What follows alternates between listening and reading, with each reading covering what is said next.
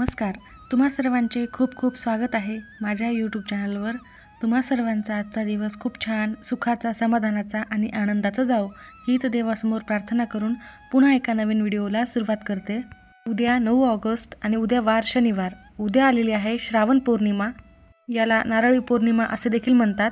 दरवर्षी श्रावण पौर्णिमेला रक्षाबंधन हा सण साजरा केला जातो. रक्षाबंधन हा बहीण भावाच्या प्रेमाचे, विश्वासाचे आणि अतूट नात्याचे विश्वासाच्या नात्याचा हा सण आहे. त्या दिवशी बहीण आपल्या भावाला राखी बांधते आणि भाऊ तिला वचन देतो की मी तुझं रक्षण करेल. रक्षाबंधन या सणाचे धार्मिक महत्त्व अत्यंत आहे. या दिवशी द्रौपदीने श्रीकृष्णाला राखी बांधली होती आणि तिचे रक्षण करण्याची प्रतिज्ञा कृष्णाने केली होती. आणि याच बंधनामुळे नात्यामध्ये मांगल्य, पवित्रता निर्माण होते आणि म्हणूनच रक्षाबंधन हा सण श्रावण पौर्णिमेला साजरा केला जातो. श्रावण पौर्णिमेचा प्रारंभ आज 8 ऑगस्टला दुपारी 2:12 होणार आहे आणि पौर्णिमा तिथीची समाप्ती ही 9 ऑगस्टला दुपारी 1:24 होणार आहे. उदय तिथीनुसार श्रावण पौर्णिमा ही शनिवारी साजरी केली जाणार आहे. त्यामुळेच रक्षाबंधन हे सुद्धा आपल्याला याच दिवशी साजरे करायचे आहे. पौर्णिमा ही तिथी भगवान विष्णूंना माता लक्ष्मीला समर्पित आहे. पौर्णिमेच्या दिवशी माता लक्ष्मी ही पृथ्वीवर जागृत अवस्थेमध्ये असते. त्यामुळे पृथ्वीवर जास्त प्रमाणात सकारात्मक लहरी असतात. त्यामुळे तुम्ही या दिवशी काही उपाय केल्यास तुम्हाला लक्ष्मी मातेचा आशीर्वाद प्राप्त होतो. त्याबरोबरच लक्ष्मी माता धनधान्य संपत्ती प्रदान करते. श्रावण पौर्णिमेला अनन्यसाधारण महत्त्व आहे. त्यामुळे या दिवशी विविध नद्यांवर स्नान करण्याला देखील अत्यंत महत्त्व असते. परंतु सर्वांनाच या दिवशी तीर्थक्षेत्रावर जाऊन स्नान करणे शक्य होत नाही. त्यामुळेच तुम्ही घरच्या घरीच अंघोळीच्या पाण्यामध्ये एक वस्तू टाकायची आहे. ही वस्तू अंघोळीच्या पाण्यामध्ये टाकल्यामुळे तुम्हाला पवित्र तीर्थक्षेत्रावर स्नान केल्याचे पुण्य मिळेल. तुमच्या आयुष्यातील सर्व शत्रूंचा त्रास कमी होईल. फक्त एकाच दिवसात तुमची इच्छा पूर्ण होणार आहे.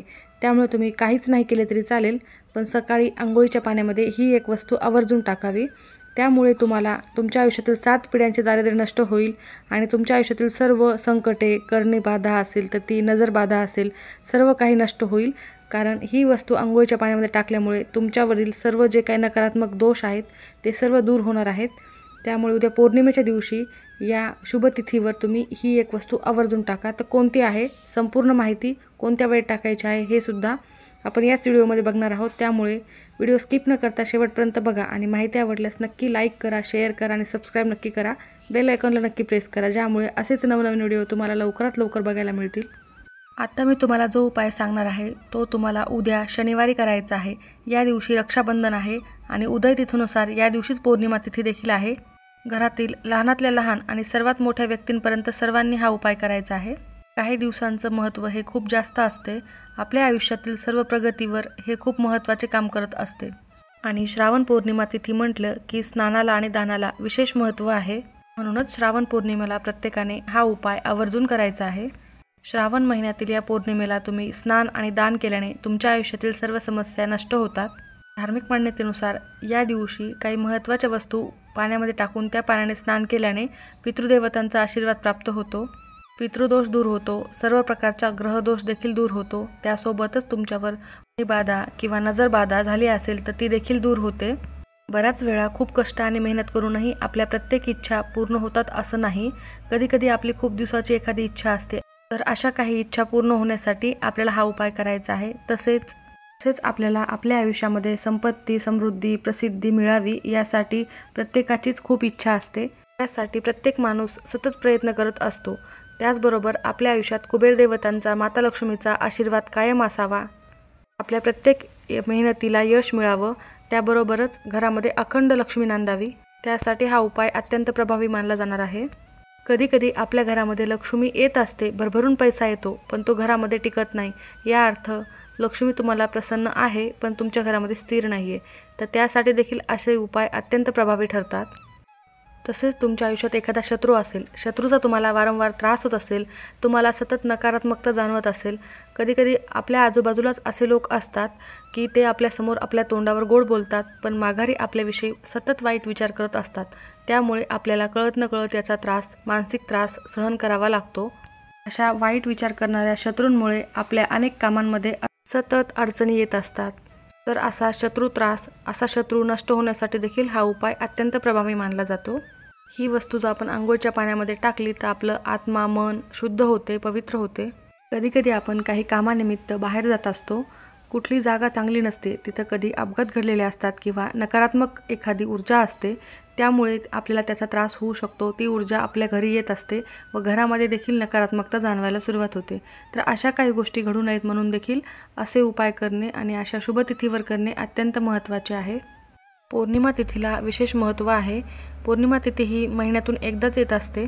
म्हणूनच या दिवशी नकारात्मकता, इडापिडा, वाईट कोणतीही शक्ती दूर करण्यासाठी, त्याचबरोबर लक्ष्मी प्राप्त करण्यासाठी काही उपाय करत असतो आणि हे अत्यंत प्रभावी ठरत असतात. हा उपाय करण्यासाठी तुम्हाला शनिवारी सकाळी लवकर उठायचे आहे. अगदी ब्रह्ममुहूर्तावर हे स्नान केले तरी उत्तमच ठरेल, कारण ब्रह्ममुहूर्तावर सर्व देवी देवता स्नान करत असतात असे शास्त्रात सांगितले गेलेले आहे. त्यामुळेच या सकाळच्या वातावरणामध्ये सकारात्मक लहरी जास्त प्रमाणात सक्रिय असतात. म्हणून ब्रह्ममुहूर्तावर स्नान करणे सर्वोत्तम मानले जाईल. पण तुम्हाला त्यावेळेस स्नान करणे शक्य नाही झाल्यास तुम्ही जेव्हा स्नान करणार असाल तेव्हा ही वस्तू तुम्हाला अंघोळीच्या पाण्यामध्ये टाकायची आहे. या दिवशी अंघोळीच्या पाण्यामध्ये सर्वात महत्त्वाची वस्तू टाकायची आहे, ती म्हणजे गंगाजल. या दिवशी पवित्र नद्यांमध्ये स्नान करण्याला विशेष महत्त्व आहे, पण जाऊन स्नान करणे शक्य होत नसल्यामुळे घरीच तुम्ही गंगाजल टाकू शकता. गंगाजल हे पवित्र मानले जाते. याने स्नान केल्याने मन शुद्ध होते आणि आध्यात्मिक शांती मिळते. जर तुमच्याकडे गंगाजल नसेल, जिथे पूजा साहित्य मिळते तिथे गंगाजलची बॉटल मिळत असते, तिथून तुम्ही घेऊन येऊ शकता. त्यानंतर दुसरी महत्त्वाची वस्तू आहे हळद. हळद ही माता लक्ष्मीला अत्यंत प्रिय आहे आणि पौर्णिमा तिथी ही माता लक्ष्मीला समर्पित आहे. जेव्हा आपण हळद ही अंघोळीच्या पाण्यामध्ये टाकतो, नकारात्मकता दूर करून घरामध्ये सुखसमृद्धी आणत असते आणि शरीर अत्यंत पवित्र करत असते. त्यामुळेच एक चिमूटभर हळद तुम्हाला अंघोळीच्या पाण्यामध्ये टाकायची आहे. त्यानंतर तिसरी वस्तू आहे समुद्र मीठ. आपण घरामध्ये जे खाण्यासाठी मीठ वापरतो त्यातील एक चिमूटभर मीठ तुम्हाला अंघोळीच्या पाण्यामध्ये टाकायचं आहे. यामुळे तुमच्या शरीरातील सर्व नकारात्मक ऊर्जा दूर होते. त्यामुळे तुम्हाला कुठली बाधा झाली असेल तर ती देखील नष्ट होते आणि आपल्याला सकारात्मक ऊर्जा मिळण्यास मदत होते. कुठल्याही बाधा आणि नजरबाधा दूर करण्यासाठी सर्वोत्तम म्हणजे मीठ आहे. मिठाने तुम्ही दृष्ट देखील काढू शकता. त्याने देखील तुमच्या अंगावरील सर्व नकारात्मकता दूर होत असते. त्यामुळे अंघोळीच्या पाण्यामध्ये तुम्ही चिमूटभर मीठ टाकून आवर्जून अंघोळ करावी. त्याचबरोबर तुम्हाला अंघोळीच्या पाण्यामध्ये एक भीमसेनी कापराची वडी देखील टाकायची आहे.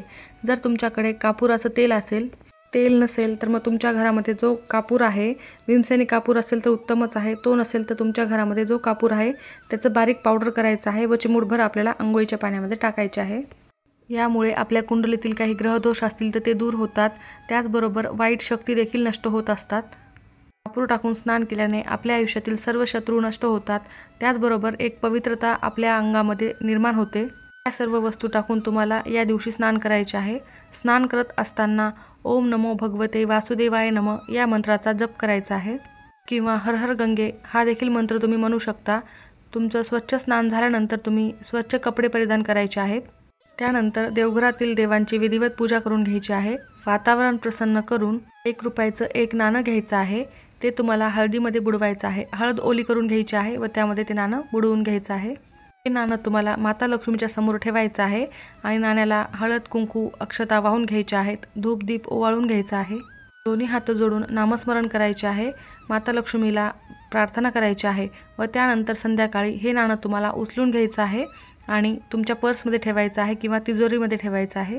त्यामुळे तुम्हाला पैशाची कमतरता कधीही जाणवणार नाही. त्या दिवशी तुम्हाला कुलदेवीची देखील पूजा करायची आहे. पौर्णिमा तिथी ही कुलदेवीला देखील समर्पित आहे. जर तुमच्या घरामध्ये कुलदेवीचा टाक असेल तर त्याला कुंकुमार्चन करायचं आहे. जर फोटो असेल तर फोटोची देखील विधिवत पूजा करून घ्यायची आहे. या दिवशी कुलदेवीची सेवा केल्याने तुमच्या घरामध्ये कधीही धनधान्याची कमतरता जाणवणार नाही. त्याचबरोबर कुलदेवीचे अखंड तुमच्यावर आशीर्वाद राहतील व कायम तुमच्या कुटुंबाचे रक्षण करणारी कुलदेवी तुम्हाला आशीर्वाद देत राहणार आहे. कुटुंबाचे दुर्भाग्य दूर होते व कुटुंबामध्ये आनंद प्राप्त करण्यासाठी कुलदेवीचे आशीर्वाद असणे अत्यंत महत्त्वाचे आहे. त्याचबरोबर या दिवशी आपण रक्षाबंधन साजरे करणार आहोत. या दिवशी राहुकाळ देखील आहे. तर शनिवारी रक्षाबंधनाच्या वेळेला राहुकाळ आहे. 9 वाजल्यापासून 10:30 पर्यंत सकाळी असणार आहे. त्यामुळे चुकूनही या काळामध्ये भावाला राखी बांधू नका. राहुकाळामध्ये कुठलेही शुभ कार्य केले जात नाहीत. त्या कार्याचा नाश होत असतो. त्यामुळे तुम्ही चुकूनही कोणतेही महत्त्वाचे शुभ कामे या काळामध्ये करायची नाहीत. त्यामुळे सकाळी 9 वाजल्यापासून ते 10:30 वाजेपर्यंत रक्षाबंधन साजरे करू नका. इतर वेळी तुम्ही रक्षाबंधन कधीही दिवसभरात साजरे करू शकता। त्या दिवशी महादेवाची पूजा करण्याला देखील विशेष महत्त्व आहे, कारण श्रावण महिन्यातील पौर्णिमा असल्यामुळे श्रावण महिना हा महादेवाला समर्पित आहे। त्यामुळे तुमच्या घराजवळ जर महादेवाचे मंदिर असेल तर तिथे 1 लोटा जल आवर्जून अर्पण करा। महादेवाला बेलपत्र, पांढरी फुले आवर्जून अर्पण करावीत। त्यामुळे महादेवाचे आशीर्वाद कायम आपल्यावर राहतात व आपले सर्व संकटांपासून रक्षण होते। घरामध्ये सुख समृद्धी प्राप्त होत असते। तर अशा पद्धतीने तुम्हाला छोटे मोठे उपाय आवर्जून करायचे आहेत। पण पौर्णिमेच्या रक्षाबंधनाच्या खूप खूप शुभेच्छा। धन्यवाद।